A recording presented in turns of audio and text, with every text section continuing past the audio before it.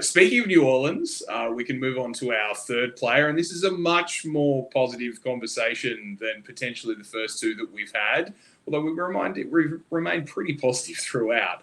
The next conversation is about Dyson Daniels. Now, Dyson played in New Orleans for the last couple of years, drafted in the lottery, averaged 22 minutes a game, nearly 6 points, 4 rebounds, nearly 3 assists, so sort of lower points numbers, but that's not his game. That's not where he's going to win you games. And he was traded to Atlanta in the DeJounte Murray trade. DeJounte now out for a long period of time as well with an injury, so that's bad luck for him. But Dyson had a really great debut for Atlanta, and Mark, he promises to be a very strong player in the East and potentially an all-defensive candidate. I think when we watched the first Team USA tune-up game, I think I sent you guys like 5 or 6 clips, and the same way I'm dumping Giddy stock, I was at that point, I was buying as much Dyson Daniels stock as I could. I was putting options out there. Like, I wanted all of it. This guy is built for the NBA, and he is built to play next to a ball-dominant guard like Trae Young. He could not be in a better situation. Everything that he does well is what they need to cover up for Trae Young. And then also the things offensively that he does well are amplified by playing next to a guy like Trae Young.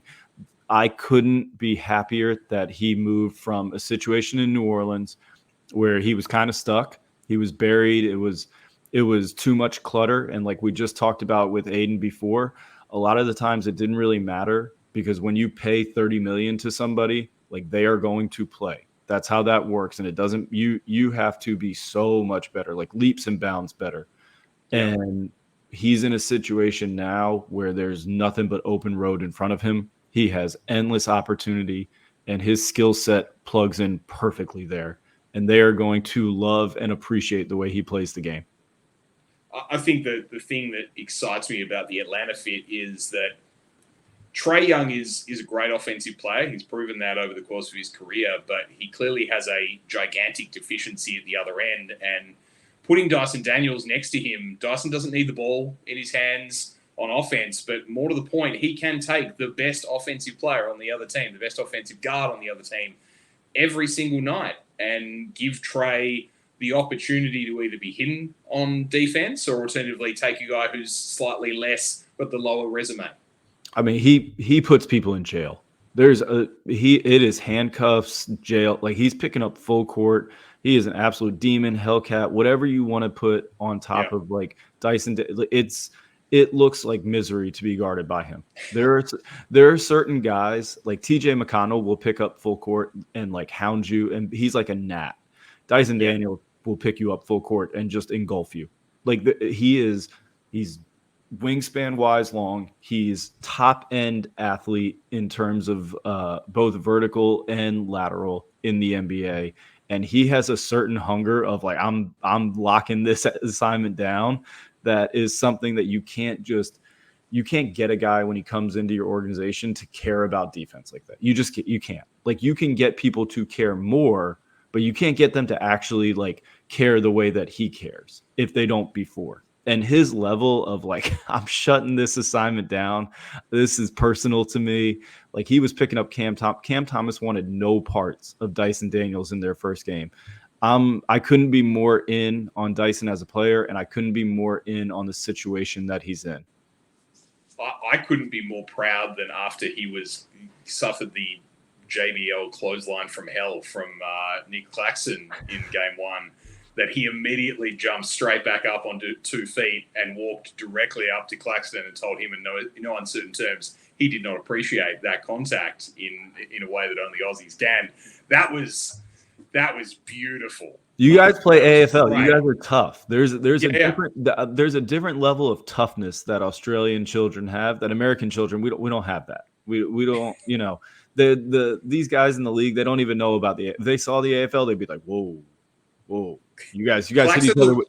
You guys hit each other with no pad. Genuinely surprised that Dyson Daniels was A, standing, and B, in his face within 3 or 4 seconds of clothesline. Yeah, give me all the Dyson stock. I want to buy it. I want to buy it. I want all of it. I want to hold it. It's it's the same way we talked about Giddey and Duop in terms of context of what is your role, what is your skill. It's very different than FIBA basketball. And Dyson was great in FIBA basketball, but NBA basketball is different. And his skill set fits into this team really, really well. And his skill set fits into the NBA really well, because if you're not going to be a primary ball handler, then you have to have, really good cutting. You have to understand where space is when other lead guards, crack the shell, create openings. You have to be able to be athletic enough to go guard the best player. You have to have all these like skills that plug in next to this aircraft carrier, which is Trae Young. And so he has all those skills that fit perfectly. And that's what NBA basketball is about. It's finding these complementary skill sets that fit together on the court and that can work. Is your favorite skill of his offensively his cutting? I love his cutting. And the fact that he does such a wonderful job, and I think some of it comes from being a point guard, of understanding exactly when to cut and cutting one step earlier than he should. Or that a normal player should, not that he should, one step earlier. He's on it early. And when he gets an advantage, he's such a good finisher. And I think he's only going to find more of these spots. He does such a good job of reading the defense, feeling when there's an advantage. And he's only going to find more of these playing with Trae Young. Not only when Trae has the ball, but there's going to be a lot of, we saw in the last one, there's going to be a lot of 4-on-3 situations where a Kongwu or Capella or somebody's in the role. And it's been, because you can't not play up at the level on Trae Young in the ball screen. So there's going to be these 4-on-3s, and he does such a wonderful job of cutting in those. And the same way we talked about Giddey, not being able to get to those spots in terms of up at the level on pick and roll, Trae Young will create those actions where it will be 4-on-3 on the backside, and Dyson will be able to cut. And when he's cutting downhill in an advantage, he's an incredible finisher. You heard it here. So if you've got any Dyson Daniels stock, then Marc Campbell is definitely buying. He wants your call, and he wants it now. @LoneManHelp on Twitter if you want to reach Marc.